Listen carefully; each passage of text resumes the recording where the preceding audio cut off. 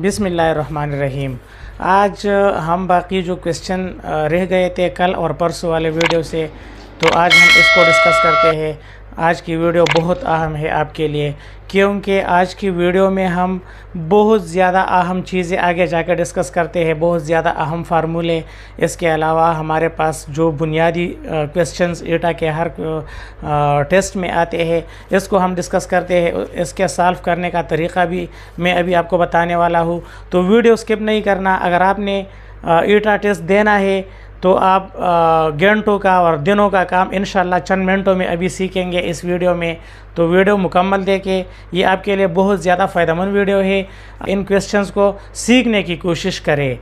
तो हमारे पास एक ये क्वेश्चन जो है क्वाड्रेटिक इक्वेशन वाला क्वेश्चन, ये बार बार आते हैं। इसके लिए बहुत ज़्यादा सिंपल तरीक़ा, ये दिनों का काम है, महीनों का काम है। मैं आपको चंद मिनटों में अभी सिखाने वाला हूँ, सही है। बहुत चंद मिनटों में अभी आप सीख जाएंगे कि ये किस तरह हम सॉल्व करते हैं। जैसा कि आपको पता है, हमें इस तरह का क्वेश्चन आते हैं कि हमें रूट्स दिए गए होते हैं। हमारे पास क्वाड्रेटिक इक्वेशन के रूट्स ये है, एक ये है और एक ये है। आपने वो इक्वेशन मालूम करना है। कैसे मालूम करेंगे? हमारे पास जनरल फार्मूला है ये हमारे पास जनरल फार्मूला है कि x square minus root one जमा रूट टू इंटू एक्स जमा रूट वन ज़रबी root two is equal to zero. ये जनरल फार्मूला, ये फार्मूला आप जहन में रख के, सही है। अब जो आपको रूट क्वेश्चन में दिए गए हैं, ये रूट वन हुआ और ये हमारे पास रूट टू हुआ।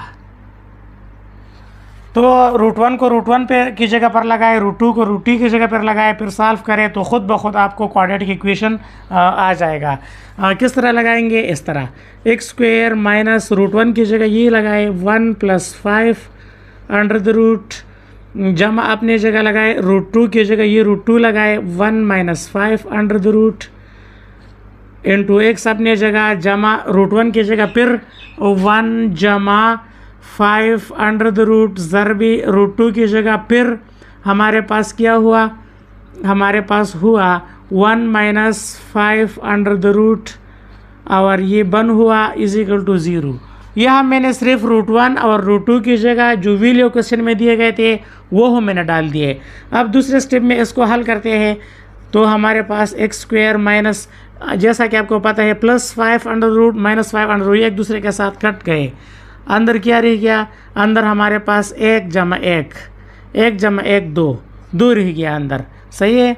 और ये जो x है ये अपनी जगह गया, जमा यहाँ पर आप देख ले ये ब्रैकेट शुरू। अभी यहाँ पर एक सीन है हमारे पास, जैसा कि आपको पता है, मैं यहाँ पर लिख देता हूँ। हमारे पास, चलो यहाँ पर लिख देता हूँ। हमारे पास एक फार्मूला है a जमा b into a minus b is equal to a square minus b square. ये एक जनरल फार्मूला है। तो यहाँ ये फार्मूला बन गया, ये a हुआ a और ये b हुआ, इसी तरह ये a हुआ माइनस ये b हुआ। तो क्या हुआ? a जमा b into a minus b। ये फार्मूला बन गया a जमा b a square minus b square. तो यहाँ पर हम सिंपली a स्क्वायर लगाएंगे। a की जगह हमारे पास 1 है, तो 1 square minus b square, b की जगह हमारे पास 5 अंडर द रूट है minus 5 under the root square, सही है। और ब्रैकेट बन इज इक्वल टू ज़ीरो। ये इसी फार्मूले के तहत मैंने ए और बी की वैल्यू लगाई।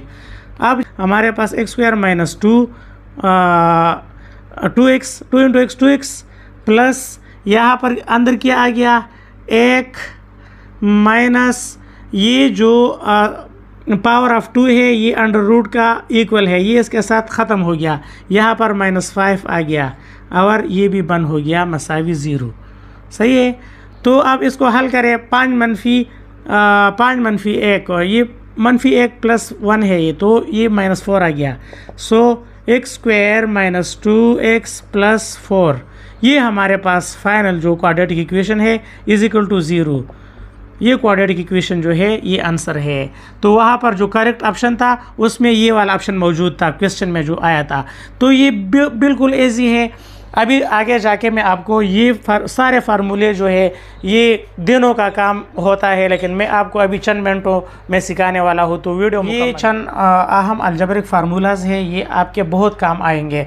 इन फार्मूलाज को नोट करें अपने पास किसी कागज़ पर और इनको याद करें, क्योंकि बहुत ज़्यादा क्वेश्चन इन फार्मूलोज पर हल होते हैं और बहुत आसानी से हल होते हैं। हमारे पास कौन कौन से फार्मूले हैं, ये जो मैंने लिखे हैं 1 2 3 4 5 6 7, ये बुनियादी फार्मूले हैं। अगर आपने ये 5 6 7 फार्मूले लिख लिए और याद कर दिए तो आपने पूरा अलजबरा हल कर दिया।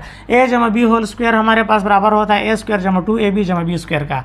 a मनफी b होल स्क्वायर हमारे पास बराबर होता है a स्क्वायर माइनस 2ab जमा b स्क्वायर का।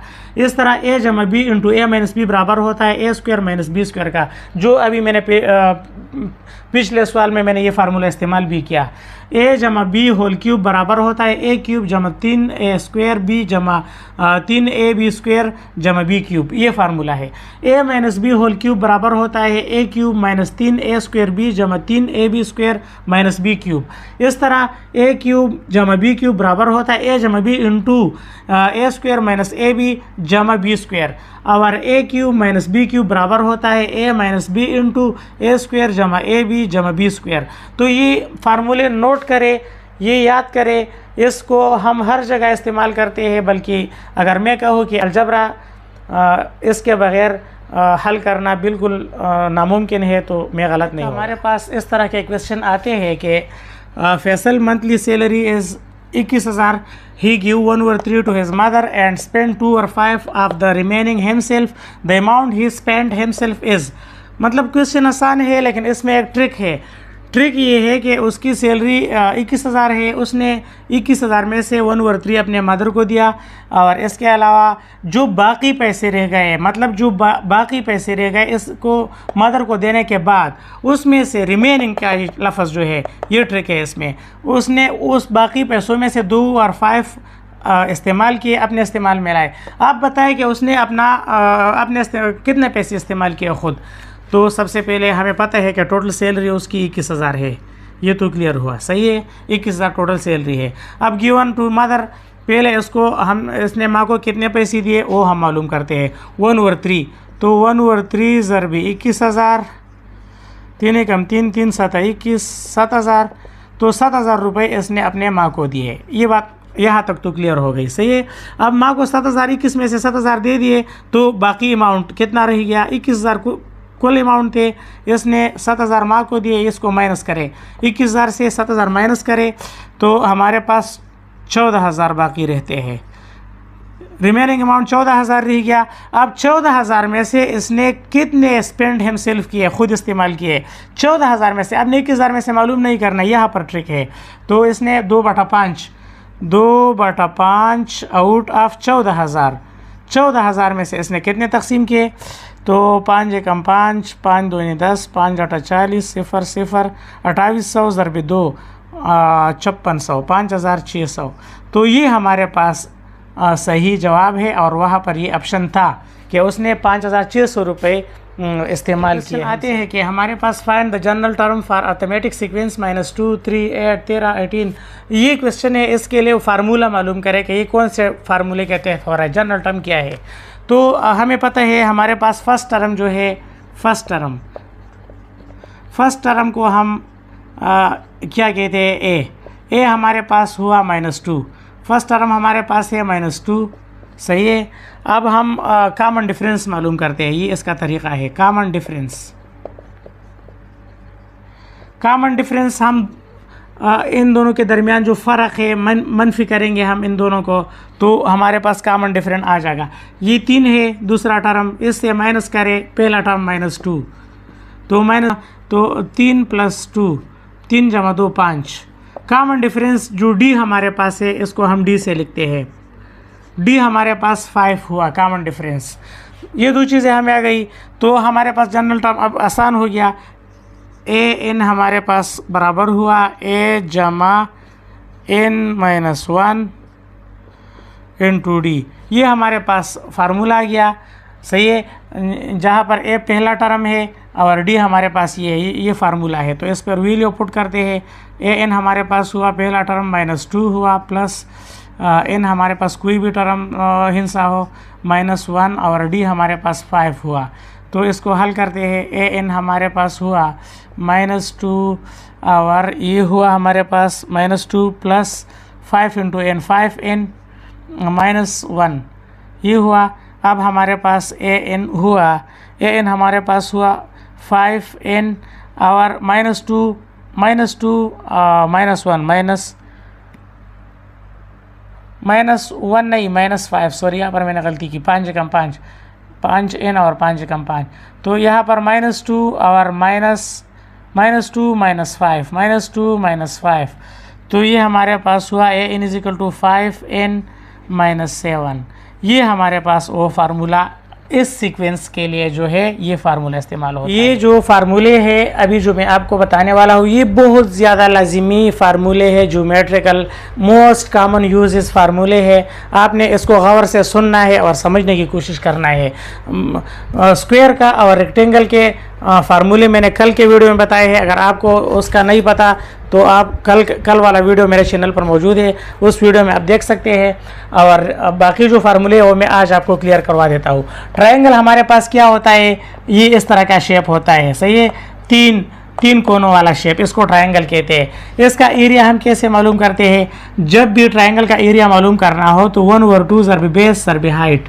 ये हमारे पास बेस है यहाँ से यहाँ तक, ये बेस है, ये हाइट है यहाँ से यहाँ तक। तो यहाँ बेस की वैल्यू लगाए, यहाँ हाइट की वैल्यू लगाए, इसको ज़रब दे तो इसका एरिया मालूम हो जाएगा। अगर इसकी पीरीमीटर आपने मालूम करनी है तो इसका फार्मूला है सम ऑफ ऑल साइड्स, मतलब ये साइड ये तीनों साइड जमा करें, 2 3 3 तो 3 4 5 6 7 8 9, इसकी पीरीमीटर 9 है, सही है। इस तरह सर्कल हमारे पास गोल शेप का दायरा होता है, इसका एरिया जो है πr², ये फार्मूला है, इस फार्मूले से मालूम होता है।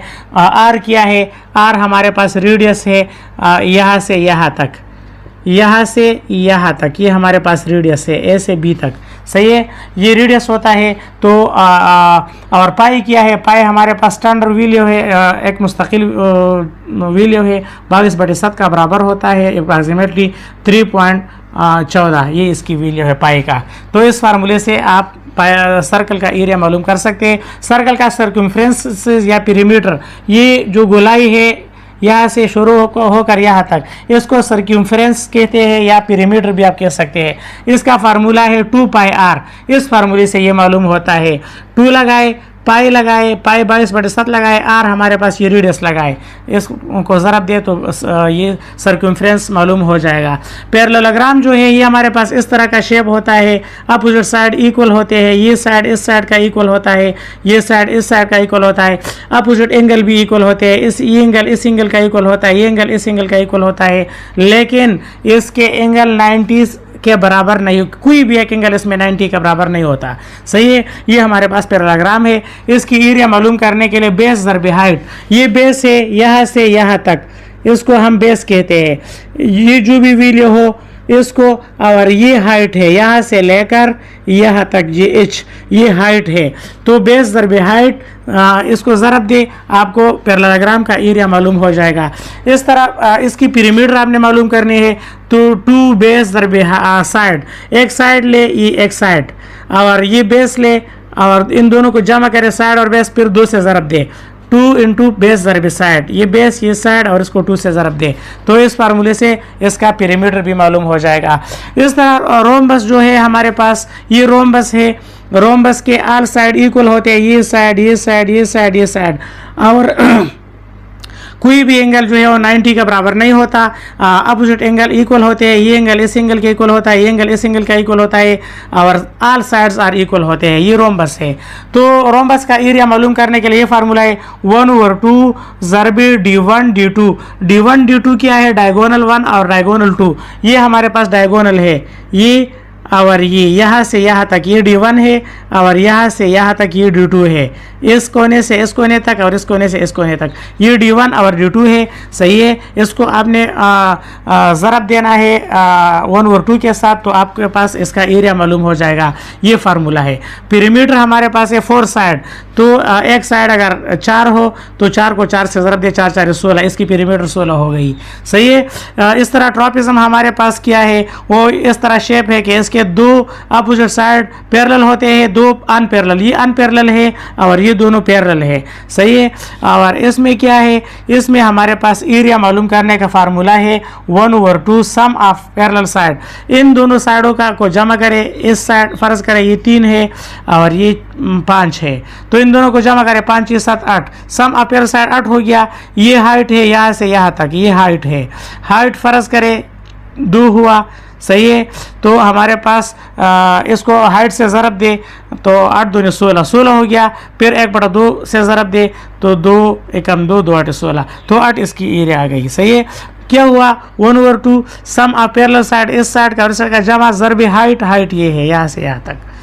पिरामिड इसका क्या है, सम ऑफ ऑल साइड्स, ये साइड ये चारों साइड नापे और इसको जमा करें तो ये इसकी पिरामिड हो जाएगी। तो ये बहुत ज़्यादा अहम फार्मूले हैं, आपने इन फार्मूलों को याद करने हैं, इन पर प्रैक्टिस करने हैं। आप अभी रफ कापी निकालें, कोई कागज़ निकालें, वहाँ पर ये 5 फार्मूले जो है ये बार बार अप्लाई करें, हर शेप का एरिया और पिरामिड खुद मालूम करें ताकि आपको पेपर में कोई मुश्किलात ना हो। आज के मैथ्स के सबसे अहम टॉपिक्स। तो एक मरतबा फिर आप सब लोगों का बहुत शुक्रिया, अभी आप लोगों ने बहुत सपोर्ट दिया है, ये आप लोगों की तरफ से एक प्यार होता है, एक मोहब्बत होता है और आप लाइक भी देते हैं तो मुझे बहुत खुशी होती है। आखिर में वही रिक्वेस्ट के मुझे और सपोर्ट की ज़रूरत है और आप मेरा चैनल सब्सक्राइब करें, लाइक करें, दोस्तों के साथ शेयर करें और अच्छे से कमेंट करें। देखने के लिए बहुत शुक्रिया। अल्लाह हाफिज़।